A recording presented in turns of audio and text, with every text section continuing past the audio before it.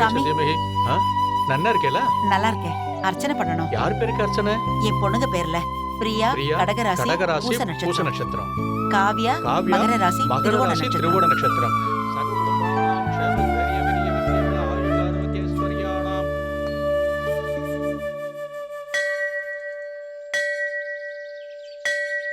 கடவுளே, என் 2 பொண்ணுங்க வாழ்க்கையிலயும் நிறைய பிரச்சனைங்க இருக்கு. அவங்க அதெல்லாம் கடந்து சந்தோஷமா வாழணும். அதுக்கு நீதான் உங்களுக்கு துணையா இருக்கணும்.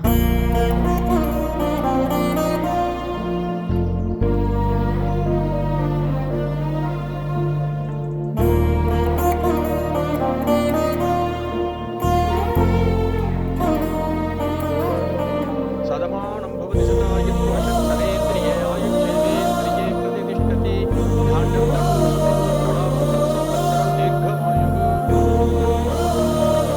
வாங்கி.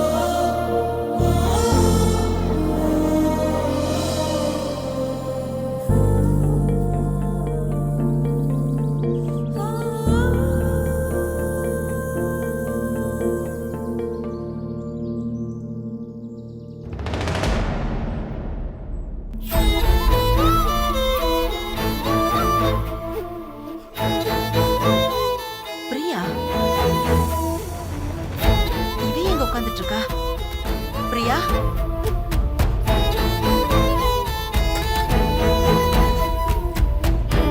பிரியா,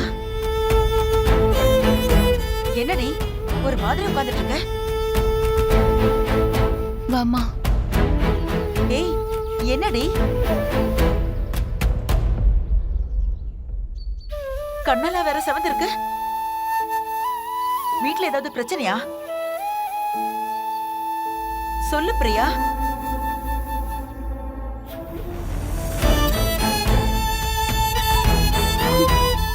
ஏய் பிரியா, பிரியா, என்னாச்சு? ஏன் அழற? என்ன நடந்துச்சுன்னு சொல்லு. எனக்கு எப்படி சொல்றதுன்னே தெரியலம்மா. பிரியா இப்படி மனசு உடைஞ்சு அழறானா உண்மையெல்லாம் தெரிஞ்சிருச்சோ? ஒருவேளை ஜீவாவும் காவியாவும் லவ் பண்ண விஷயம் தெரிஞ்சிருச்சோ? கடவுளே,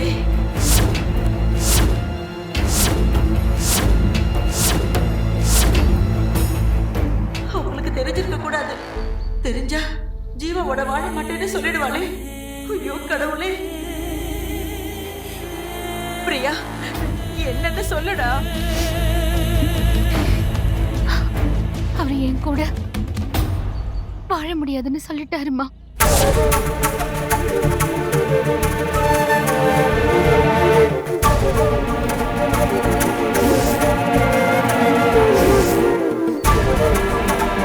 நீங்க சொல்ற மாதிரி என்னால சந்தோஷமா வாழ முடியாது. சந்தர்ப்பமும் சூழ்நிலையும் தான் என்ன உங்க கழுத்துல தாலி கட்ட வச்சதே தவிர நான் மனசார ஏத்துக்கிட்டு உங்க கழுத்துல தாலி கட்டல.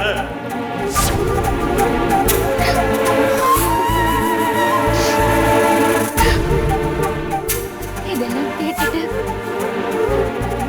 நான் எதுக்கு உயிரோடு இருக்கேன்னு எனக்கு தெரியலம்மா.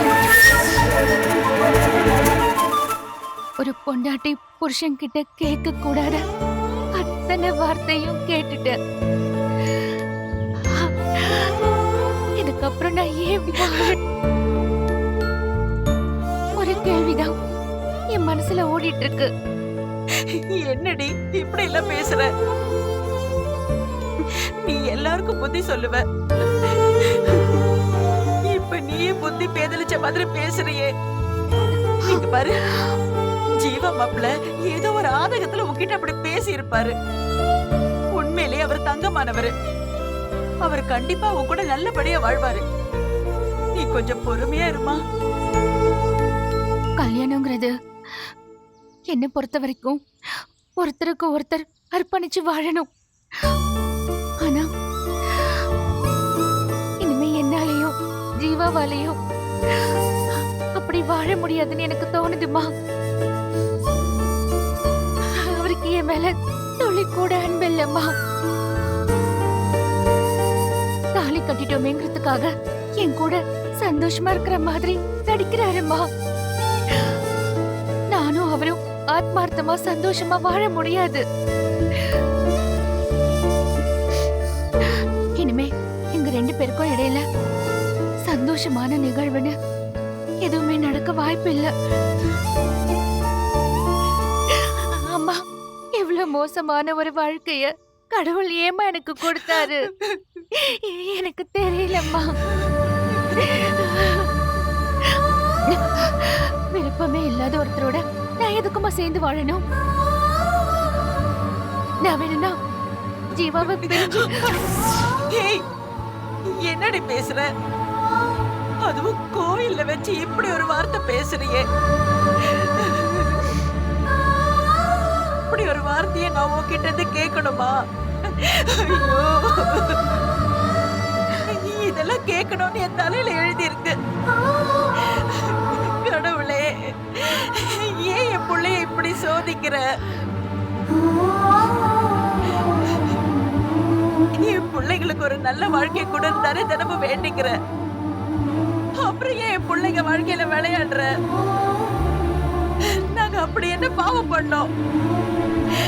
பிரியா எத்தனையோ பேரை நல்லபடியா வாழ வைக்கிறா. எவ்வளவோ ஆதரவு இல்லாதவங்களுக்கு துணையா இருக்கா. எத்தனை அனாதை பிள்ளைங்களை தத்தெடுத்து அவ பிள்ளைங்க மாதிரி நல்லபடியா பாத்துக்கிறா. அப்படிப்பட்டவளுக்கு ஏன் இப்படி ஒரு கஷ்டத்தை கொடுக்கற?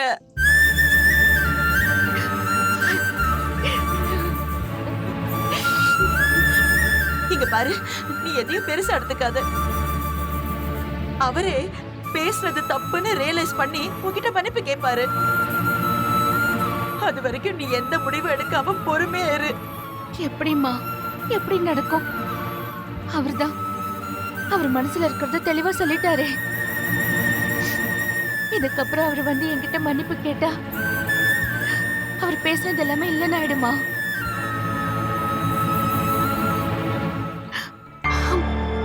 எனக்கு ஜீவாவோட உண்மையான அன்புதாமா வேணும். அவர் என் மேல பாவம் பார்த்து காட்டுற அந்த அன்பு எனக்கு தேவையில்லைம்மா. அப்படி ஒரு வாழ்க்கையே எனக்கு வேண்டாம்மா.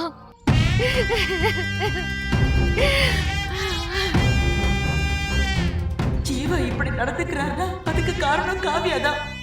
அப்போ அவர் இன்னமும் காவியாவை மனசுல வச்சுட்டுதான் பிரியாவோட சேர்ந்து வாழாம இருக்காரு.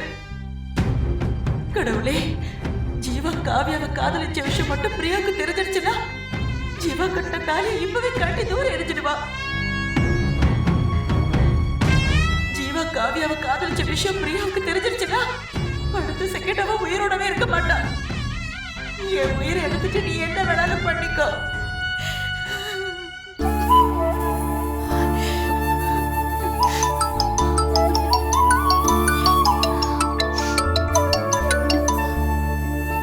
சொல்லுங்கம்மா.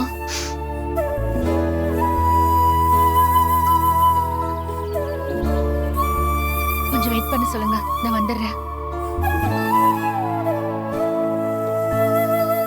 என்னாச்சு? ஆடிட்டிங் விஷயமா ஆடிட்டர் பேசணுமா? வார்டன் ஃபோன் பண்ணாங்க. நான் போய் பார்க்கணும். நான் கிளம்புறேன். ஏய்,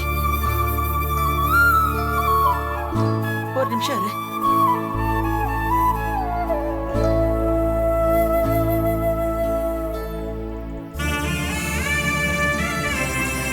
உன் மனசுல உள்ள எல்லா குழப்பமும் கூடிய சீக்கிரம் சரியாயிடும்டா. இங்க பாரு பிரியா, கண்டிப்பா ஜீவா மனசு மாறுவாரு. அவர் உன்னை மனப்பூர்வமா ஏத்துப்பாரு. உன் கூட அவர் சந்தோஷமா வாழ்வாரு. அதுல உனக்கு எந்த சந்தேகமும் வேண்டாம். நீ தைரியமா இரு.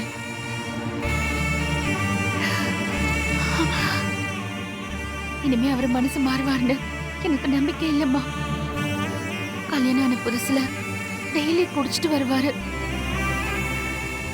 அவர்கிட்ட ஏன் டெய்லி குடிச்சிட்டு வரீங்கன்னு கேட்டேன்.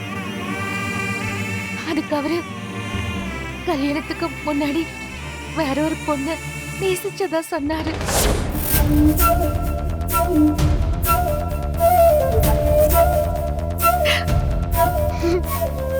என்னடி சொல்ற?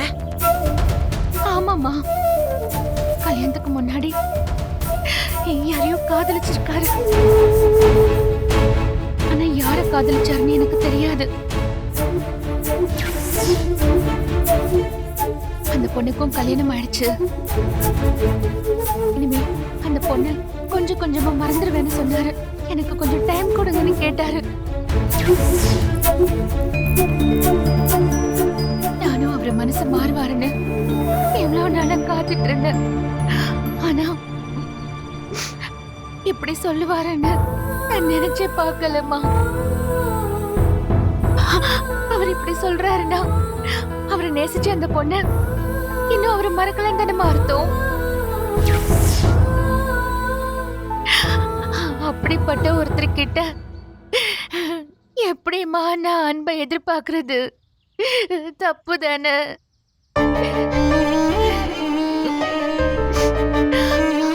ஒருவேளை அவரை நேசிச்ச பொண்ணுக்கு கல்யாணம் ஆகாம இருந்திருந்தா அவளையே கூட்டிட்டு வந்து அவரை கூட சேர்த்து வச்சிருவேம்மா.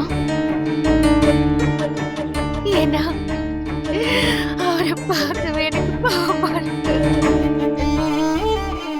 அந்த பொண்ணை மறக்க முடியாம தானே அவரை இப்படி ஒரு வார்த்தையை என்கிட்ட சொன்னாரு.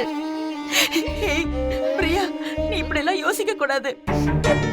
ஆனா அந்த பொண்ணுதான் கல்யாணம் ஆகி போயிட்டால, அதோட விட்டுரு. அவளை பத்தி பேசி நீ உன் வாழ்க்கை கெடுத்துக்காதடி. இங்க பாரு, கல்யாணத்துக்கு முன்னாடி காதல் வர்றது எல்லாருக்கும் பொதுவான விஷயம். அப்படிதான் இன்னைக்கு நிறைய பேர் காதலிக்கிறாங்க. ஆனா எல்லார் காதலும் நிறைவேறது இல்லல்ல. அதுக்கப்புறம் கிடைச்ச வாழ்க்கைய காலப்போக்குல சந்தோஷமா வாழ ஆரம்பிச்சிருவாங்க. கல்யாணத்துக்கு அப்புறம் பழசையெல்லாம் மறந்துட்டு புது வாழ்க்கைக்கு போயிடுவாங்க. அது மாதிரி ஜீவாவும் கூட சேர்ந்து வாழ்வாரு. நீ தைரியமா இரு. எந்த தப்பான முடிவும் எடுத்துறாதடா. தைரியமா இருடா. சரிம்மா, நான் கிளம்புறேன்.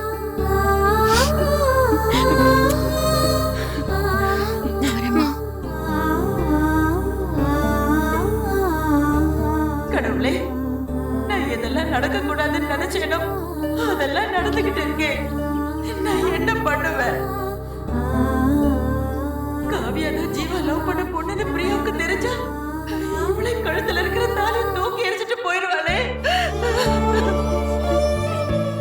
இது என்ன கொடுமையா இருக்கு? இதெல்லாம் பாக்குறதுக்காக என்ன உயிரோட விட்டு வச்சிருக்க.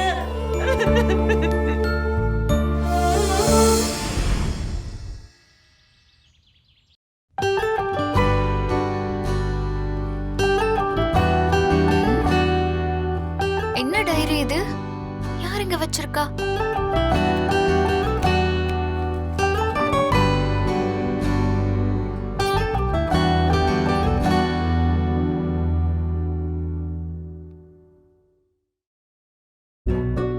வெற்றியை மட்டுமே ரசித்தவன் முதல் முறையாக தோல்வியையும் ரசிக்கிறேன் உன்னிடம் தோற்றுதால். பிறந்ததும் அழுதேன், தாய்ப்பாலுக்காக அல்ல, உன்னை பார்ப்பதற்காக. அடடடடா. விடுதலை கிடைத்தும் கைதியாகவே வாழ்கிறேன் உன் ஆழ் மனதில். என் நரம்புகளை மீட்டி என்னையும் ஒரு இசைக்கருவியாக்கினாய் உன் கடை பார்வையால். காதலுடன் காதலன் பார்த்திபன்.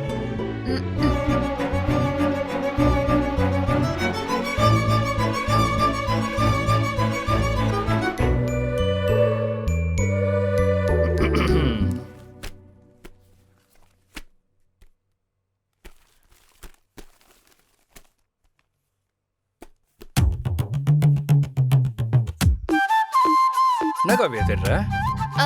இங்க ஒரு குச்சி வச்சிருந்தேன், அத காணோம். அதத்தான் தேடிட்டு இருக்கேன். அந்த மூங்கில் குச்சி தானே?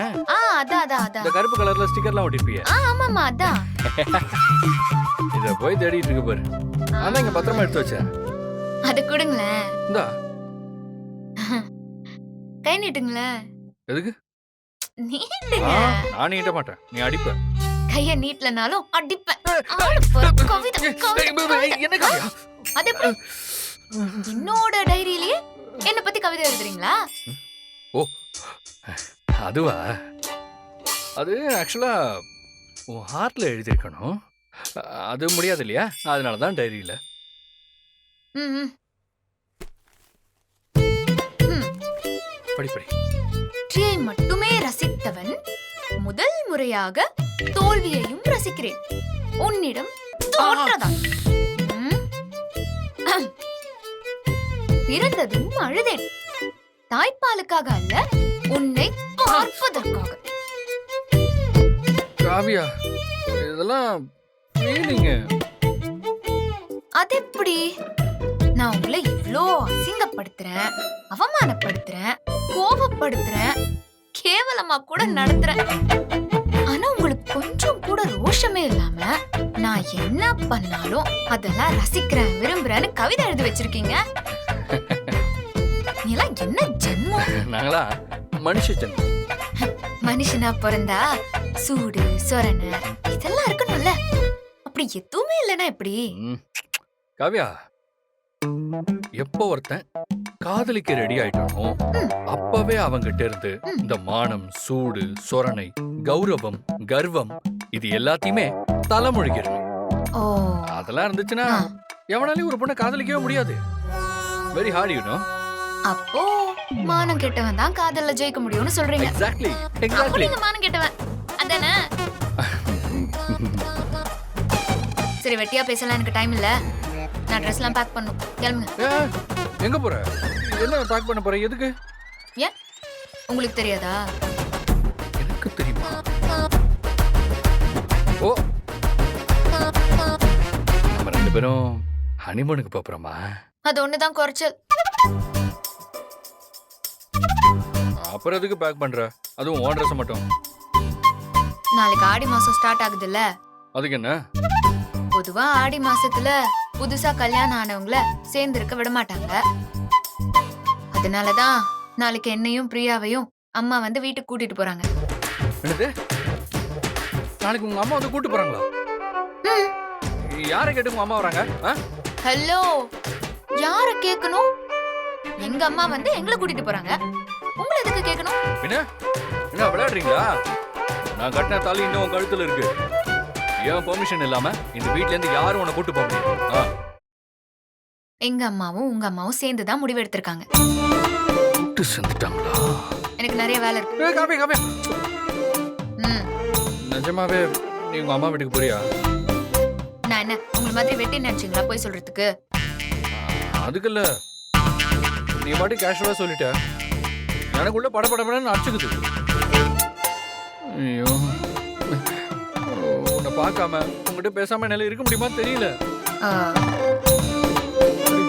ஐயோ, உங்களால இருக்க முடியாது, ஆனா என்னால இருக்க முடியும். அதெல்லாம் செட் ஆகாது காவியா. காவியா, டெய்லி உங்ககிட்ட திட்டு வாங்கணும், அடி வாங்கணும். நீ உங்க அம்மா வீட்டுக்கு போயிட்டா அப்புறம் நான் அதெல்லாம் மிஸ் பண்ணுவேனே. உங்களுக்கு வேணா என்கிட்ட அடி வாங்குறது சுகமா இருக்கலாம். ஆனா எனக்கு உங்களை அடிச்சு அடிச்சு கையெல்லாம் வலிக்குது. உங்களை திட்டி திட்டி வாயெல்லாம் வலிக்குது. அதெல்லாம் பரவாயில்ல.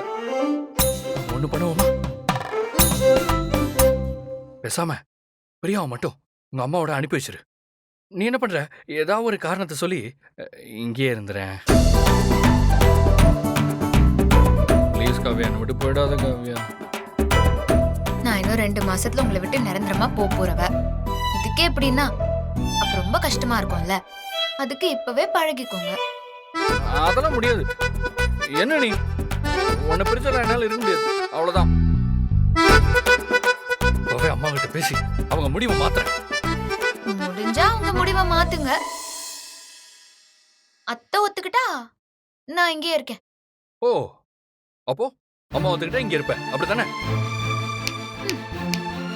எங்க அம்மா எப்படி கன்வின்ஸ் பண்றதுன்னு எனக்கு தெரியும். போயிட்டு வந்துடுறேன். இங்கே இரு. இங்கே இரு.